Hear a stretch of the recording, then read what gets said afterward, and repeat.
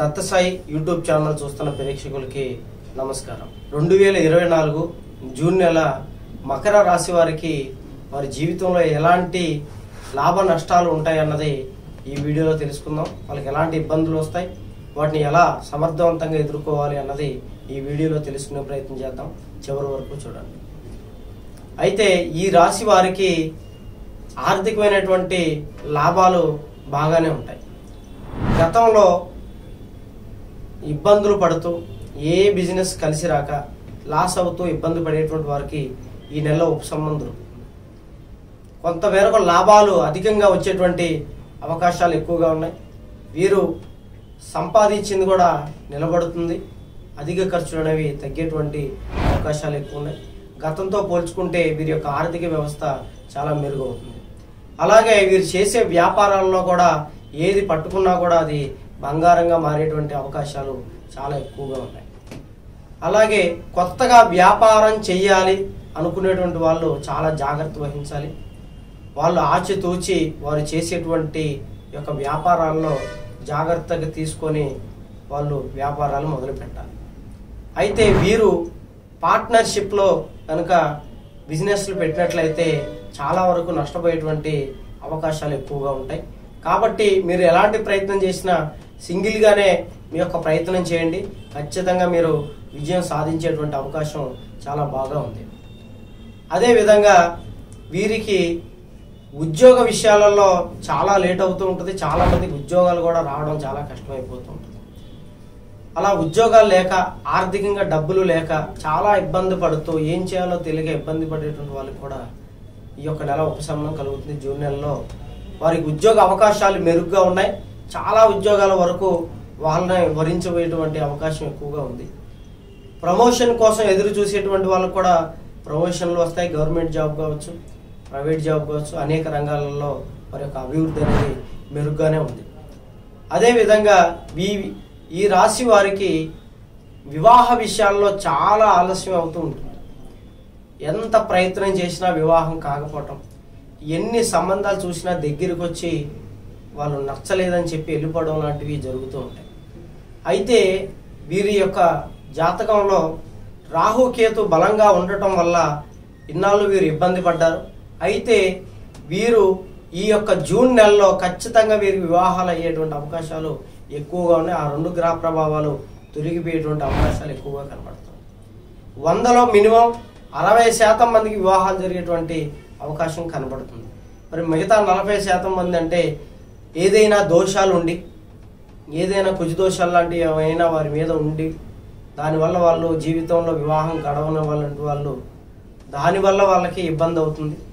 కాబట్టి వాళ్ళకి ఏదైనా దోష పరిహారం చేసుకుంటే కనుక వాళ్ళకు కూడా ఖచ్చితంగా వివాహ యోగం అనేది ఉంది. ప్రేమించినటువంటి వారు ప్రేమించే వాళ్ళని ఇంకా అధికంగా ప్రేమించడం ఎక్కువైపోతుంది.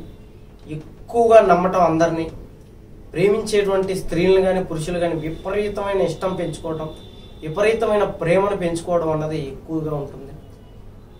ఆ విపరీతమైన ప్రేమ, ఆ విపరీతమైనటువంటి అభిమానం వల్ల వారు ఎవరినైతే ఇష్టపడుతున్నారో వాళ్ళే దూరం అయ్యేటువంటి అవకాశం ఎక్కువగా ఉంది.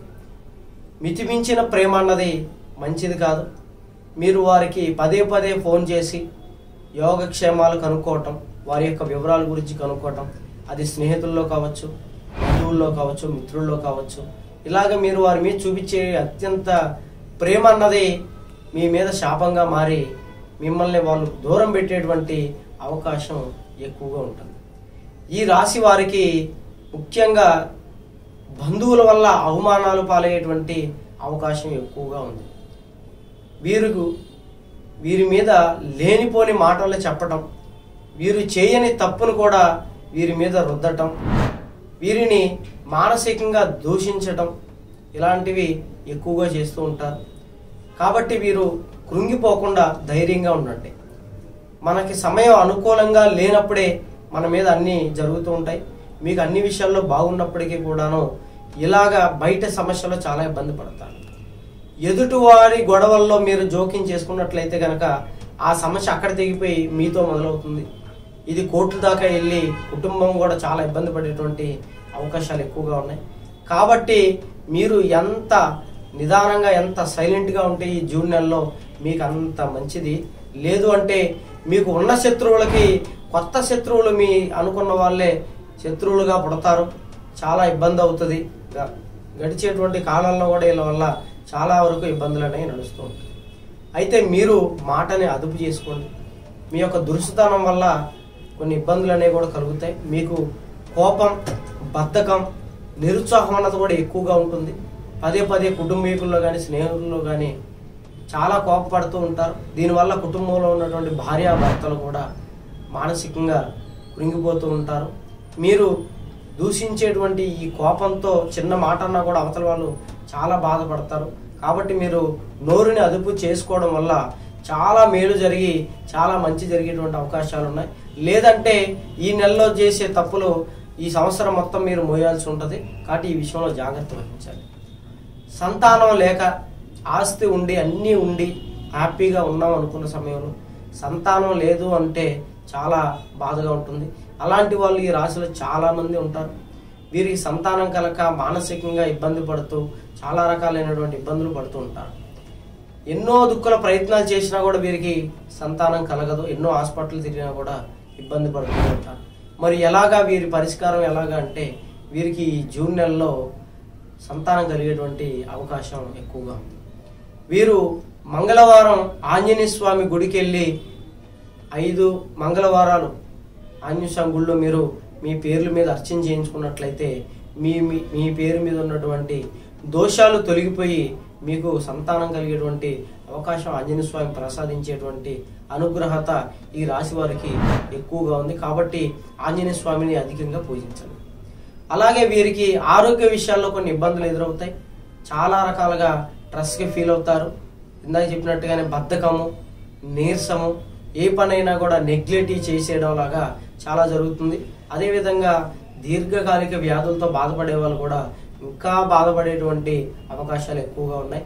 కాబట్టి ఆరోగ్య విషయాల్లో తగు జాగ్రత్తలు తీసుకున్నట్లయితే కొంత ఉపశమనం దొరికేటువంటి అవకాశం ఉంది. అయితే వీరి శత్రువులు వీరిపై ఎప్పుడూ గెలవాలని చూస్తూ ఉంటారు.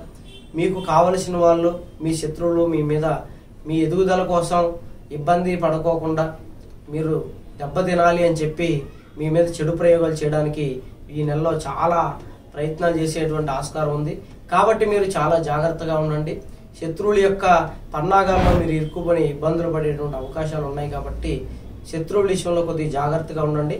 నోరు అదుపులో ఉంచుకొని సైలెంట్గా ఉండి ఈ యొక్క నెలను గడపండి. రాబోయే నెలలో చాలా హ్యాపీగా ఉంటుంది. మీకు ఎటువంటి సమస్యలున్నా, కుటుంబంలో ఎటువంటి ఇబ్బందులున్నా, ఎటువంటి సంతాన సమస్యలు కానీ ప్రేమ విషయాల్లో కానీ ఎటువంటి ఉన్నా కూడా అవి పరిష్కారం కాకపోతే మమ్మల్ని సంప్రదించండి. మీకు ఎటువంటి సమస్యలున్నా పరిష్కారం చేస్తాం. మా వీడియో నచ్చినట్లయితే లైక్ చేయండి, సబ్స్క్రైబ్ చేయండి.